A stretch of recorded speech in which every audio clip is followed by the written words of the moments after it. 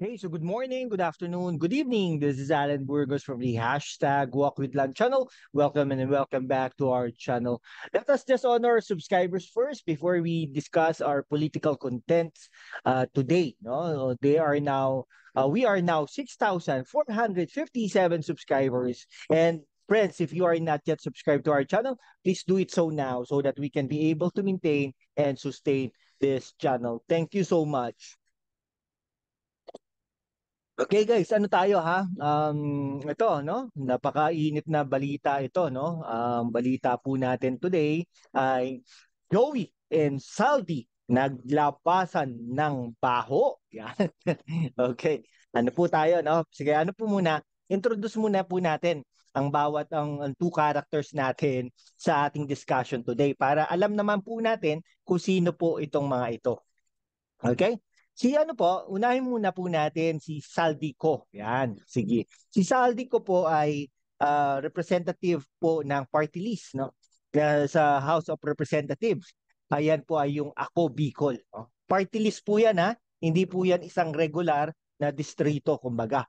No? So, minsan nga, nagkakaroon pa nga yan ng discrimination.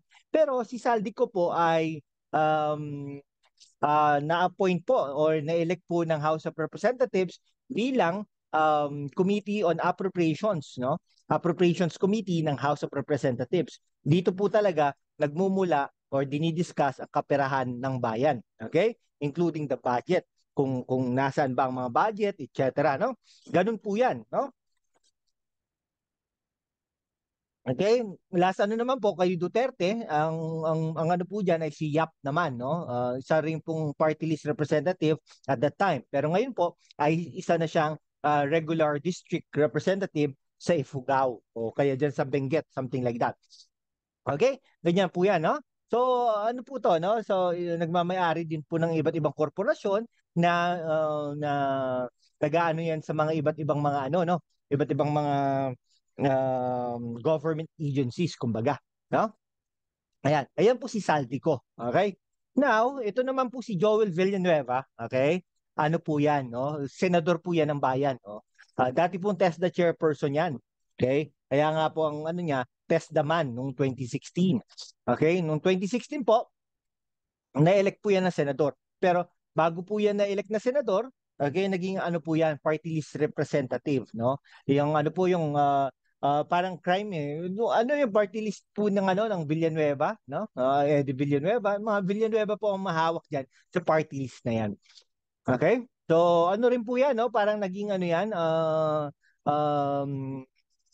yan, Spice Boys, if I'm not mistaken. Hindi yata, no? Hindi yata naging Spice Boys yan.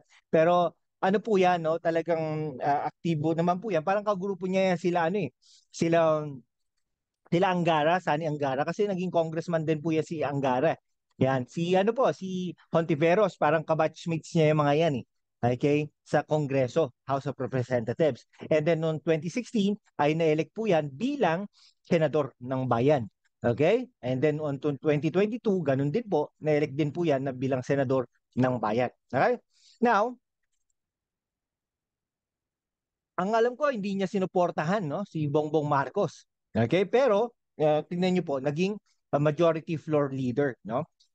Okay. Tapos ano po yan, ha? Nagkakainitan po ang dalawang panig, no? Ang House of Representatives at ang Senado with regards yung PI, no? Yan. PI po ay hindi mura, kundi ano po yan, no? People's Initiative. Pero nga po, katulad po nga ng nababanggit natin dito sa ating programa, ano po yan, no? Bakit po hindi po talaga nag-initiate sa mga tao, kundi sa mga congressmen and politicians, and parang may nagko-control baga, no? Tapos parang nautakan pa, nautakan pa yung mga ano, mga tao, no? Parang pumirma kayo diyan, i-release namin yung mga ayuda nyo, parang ganun, no? And then you need to be able to show, no? Kung totoo ba ito o hindi. Parang ganun, ganun po ang lumalabas kasi sa mga interviews at saka sa mga claims ng ibang tao.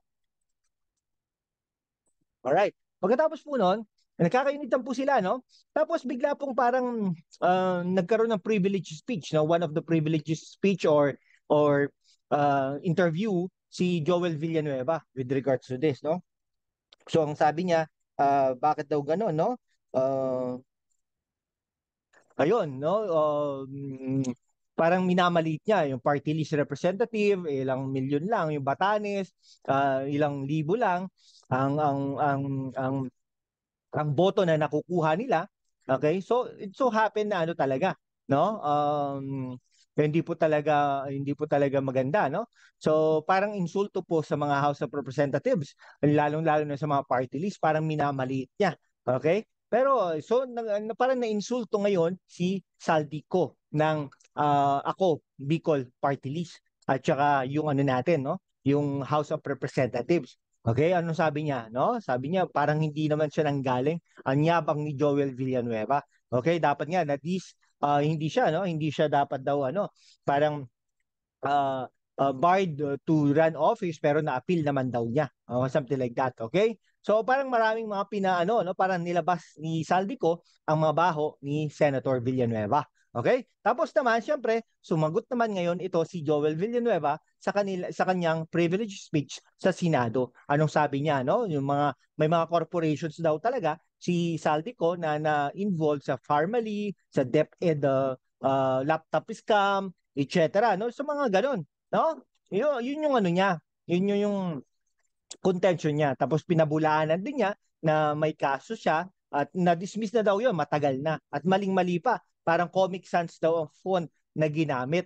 Okay? Tapos buhay party list daw ang party list niya. Hindi naman siya never naman po naging party list representative si Joel Villanueva ng buhay party list. Okay, ganun po 'yon ha. Tapos ayun po, biglang ano po no, parang um ano pa bang sabi niya?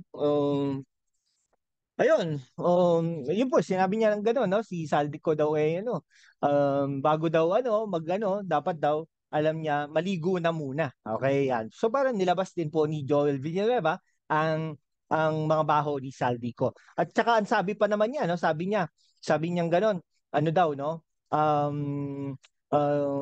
Mahal na mahal daw niya yung kanyang ama, no? Higit pa sa kanyang sarili, no? Siyempre naman po, dahil lahat naman ng mga anak, gano'n naman talaga. Halos lahat ng anak gano'n. No? So, yun. Sige, hanggang dito na lang po mga kababayan ko. Maraming salamat. Kung hindi ka pa nakapag-subscribe, mag-subscribe ka naman para naman we can be able to grow and maintain and sustain this channel. Thank you so much, guys. God bless you all.